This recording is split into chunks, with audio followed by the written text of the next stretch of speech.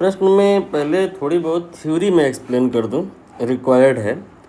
ये डाया, फेरो और पैरा ये सब होता क्या है, इसको आपने समझ लीजिए। ये मैग्नेटिक फील्ड लाइंस ड्रॉ की गई हैं।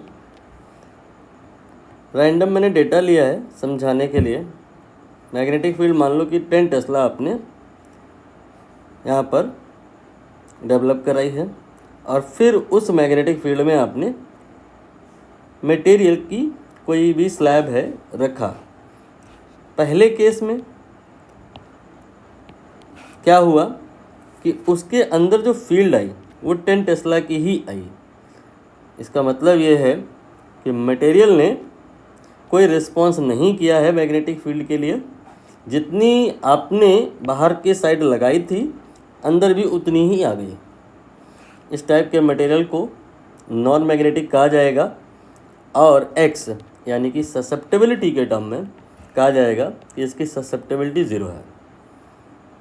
और आप खुद सोचिए क्या क्या हो सकता है कि अंदर जो फील्ड आई है हो सकता है उतनी ही आए जितनी आपने लगाई है, और हो सकता है बढ़ कर के आए या हो सकता है घट करके आए। देख लीजिए, जैसे यहाँ 10 आप लगाए थे एक्सटर्नली और आई है 11, मीन्स कंक्लूड कर सकते हैं कि 1 टेस्ला की एडिशनल फील्ड मटेरियल के अंदर डेवलप हुई होगी, तभी जाके टोटल 11 हुआ है।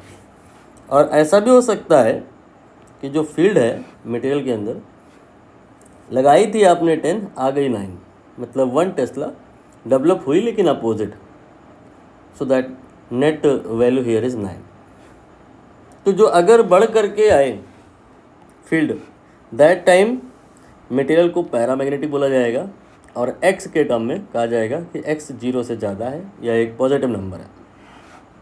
और अगर फील्ड कम हो करके आए, that time x will be less than 0 या negative, material will be dia. Para का ही एक केस कह सकते हैं आप, बस उसे अलग नाम इसलिए दिया गया है कि रीज़न कुछ अलग हो जाता है फील्ड के बढ़ने का, और इसीलिए फील्ड बढ़ती भी ज़्यादा है।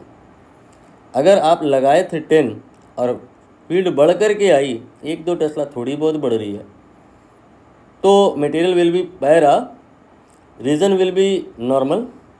बट इफ़ फील्ड बढ़ के जो आई बहुत ज़्यादा आ गई है तो रीज़न समथिंग कुछ अदर्स होते हैं, डोमेन फॉर्मेशन वगैरह।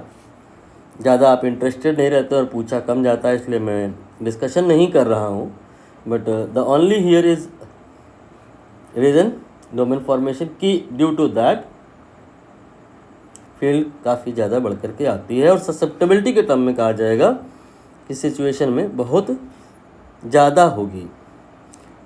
पैरा के लिए ससेप्टेबिलिटी पॉजिटिव होगी, 0 से ज़्यादा होगी लेकिन उतनी भी ज़्यादा नहीं होगी।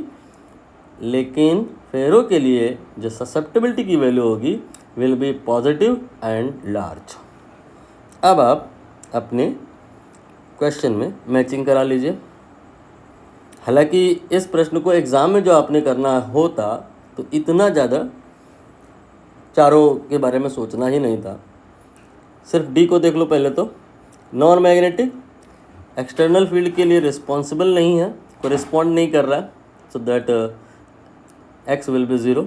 डी का मैचिंग 1 से होगा, इस बेसिस पे आपका 4th एंड 1 ऑप्शन एलिमिनेट हो गया। और अभी आप डायामैग्नेटिक के बारे में विचार करो। ये अपोजिट होता है, ससेप्टेबिलिटी नेगेटिव होता है। ये आपका ए जो है सेकंड से मैच करेगा। यहाँ पर आप देखो ए को 4 से कराया है, इसलिए ये भी संभव नहीं है। एलिमिनेट कर लिया आपने 3 option, 3rd will be the right choice.